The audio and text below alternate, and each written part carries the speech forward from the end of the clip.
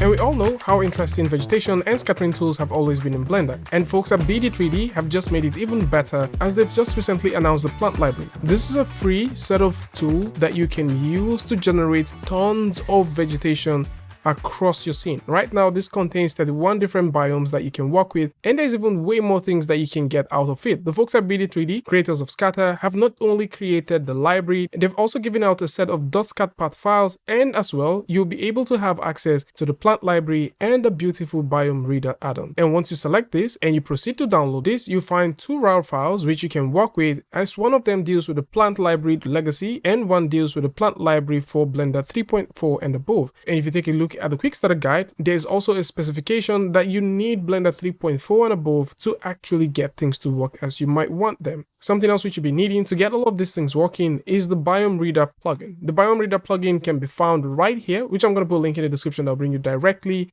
And once you download that, you'd notice that within your folder that you have two RAR files which you need to unzip by simply using WinRAR, BandZip, or 7Z, and as well the Biome Reader plugin. And of course, you also have the plant library biomes.scat path file. Now, once you unzip this, you'd also notice that within the plant library legacy, we have the default library scat path file. This is the file we need to install as we progress. So with Blender simply opened right here, all we need to do is go over to edit, go over to preference, and within the preference, go over to your file path. Now within the file path, you need to specify the folder for the plant library for Blender 3.4 and above, and for the Blender library legacy. And once you have that done, you can save the preference and go all the way to add-ons, install the Biome Reader plugin, and click on preference and save this one more time. Once you have that done, you can now press N on the keyboard, and you'll notice that right here we have the Biome Reader. So once you click on the Biome Reader, this would ask you to select the surface. So what we're going to do right now is to throw in a simple grid, which will proceed to scale all the way up, and then we can use the eyedropper and select that grid.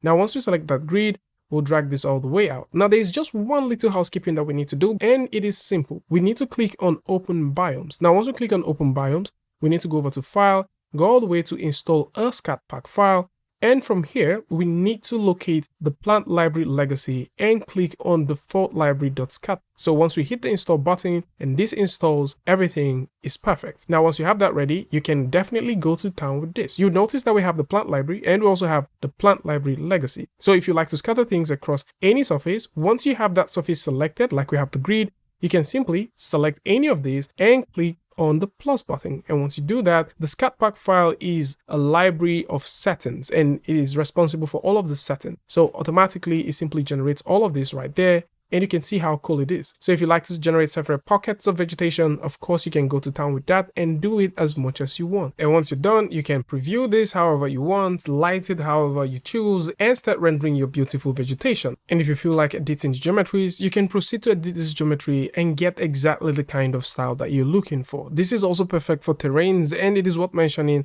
that just like Scatter, this is supported for third-party add-ons as well. If you like to use this alongside tools like BuggerPy or maybe vegetation, of course you can. So how you can play with this is pretty simple. Remember, to everything that you're working on, they rely on the emitter, which is the grid. So I can close that, and once I do that and select any of the grids, you would notice we have a system list for that.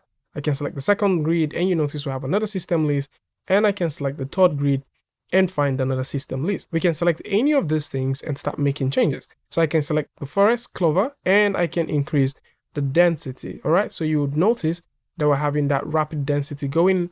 We can bring that up, we can drag that down if this is what we want, and we can also go ahead and get the mossy rock and play with the density if we like to have more of that, less of that, and this is for free. And like I mentioned earlier, this is just one part of the things that you can do with this beautiful add-on. Now let's talk about the second part, which is definitely one of my favorite. And what that is this simple. So if I throw in that simple grid one more time, and then we click and drag out of here, and because we're using Blender 3.5, you definitely notice that we have way more than just one asset than we are supposed to, which is the hair essentials. So what you want to do is go over to the plant library, or maybe you want to go to the plant library for Blender 3.4.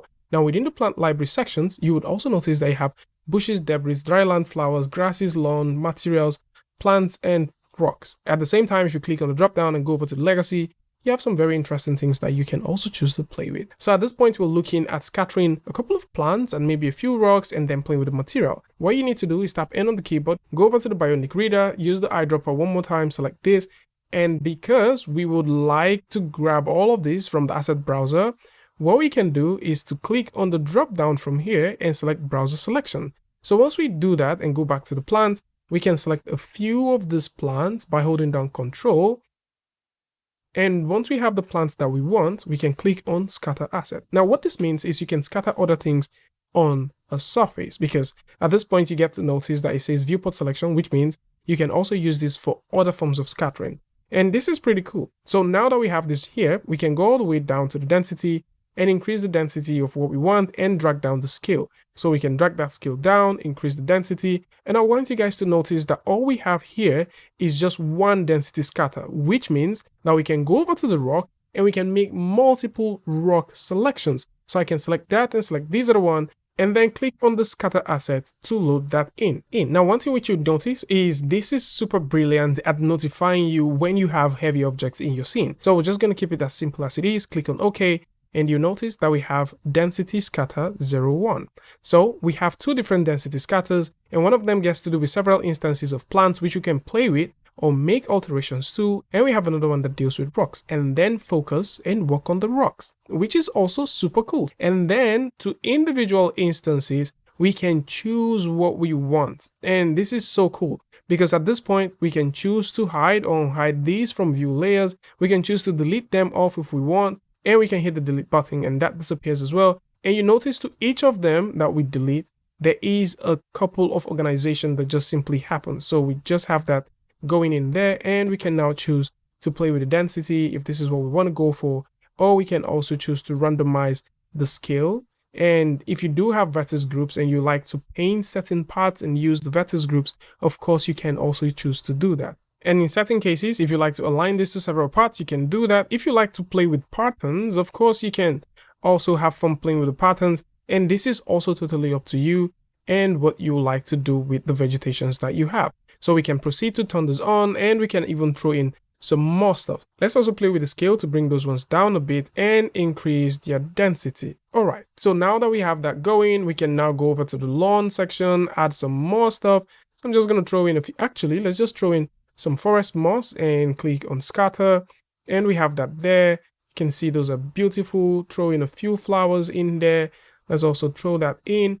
And you know, the cool thing with all of this is at any point, you can just simply double click and rename this. And once you're ready, you can proceed to render this and have the most out of it. So depending on what you're trying to do or how you're trying to create vegetation for your scene, you have access to a wonderful set of vegetation tools that you can now use. From the biomes all the way to scatter tools that you can work with directly within the asset browser, and all of this free stuff that you can just simply drag and drop into your scene and start creating an amazing piece. This is now available, and you can now proceed to grab them for free right here on Blender Market. A huge shout out to the folks at BD3D for making this possible, and if you like to go pro, you might want to consider taking a look at the scatter add-on, which is considered as the best scattering tool for Blender. Furthermore, you can also take a look at the link in the descriptions that will show you several other vegetation tools that you might want to explore. Tell me what you guys think about this one in the comment section. Blender's free scatter add-on is now available, and this comes with a huge set of assets and functions, features, access to tools that you would want to use for your next project. And of course, if you like this video or you learned something from this, you can go ahead and give it a like, and don't forget to share with a friend. And if I see you guys in the next one, peace.